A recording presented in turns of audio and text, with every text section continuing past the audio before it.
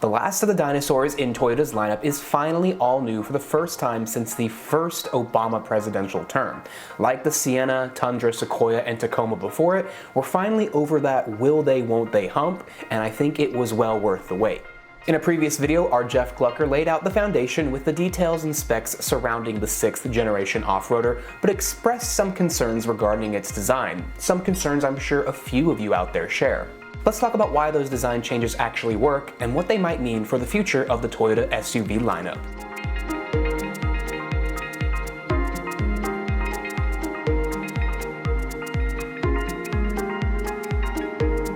Before we get to the subjective stuff, let's talk about its size. The 2025 4Runner didn't shrink to accommodate the new Land Cruiser in the mix. In fact, quite the opposite occurred. It is now about 5 inches longer than before, with a wheelbase that is identical to the Land Cruiser and the existing Highlander, sans the Grand prefix. As you probably already know, the Land Cruiser that we are now getting here is the 250 variant, which is a smaller version than the old 300 we used to get here in the States.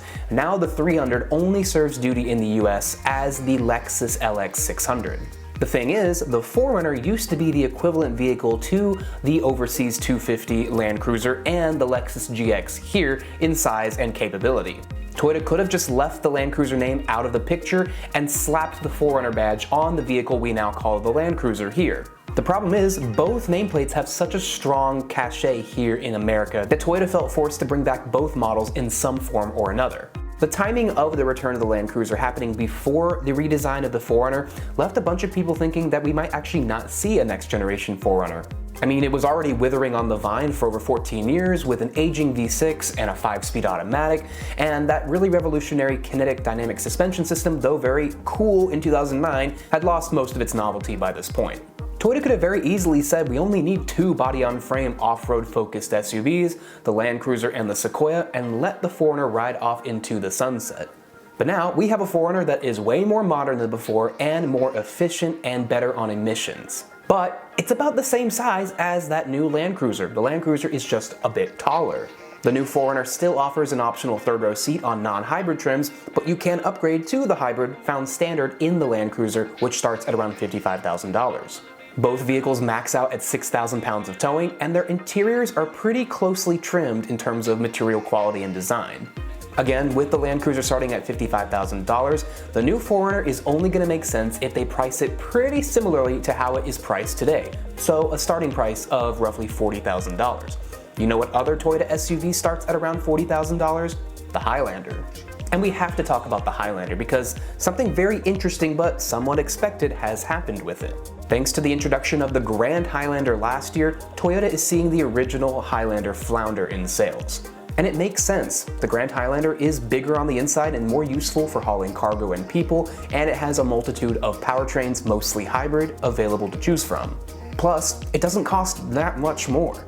With this new 4Runner keeping its third row and having a similar footprint to the existing Toyota Highlander, could we instead see Toyota kill off the Highlander to have one smaller mid-size 3-row SUV in its lineup? If you ask me, I don't think they need more than 2 at a time.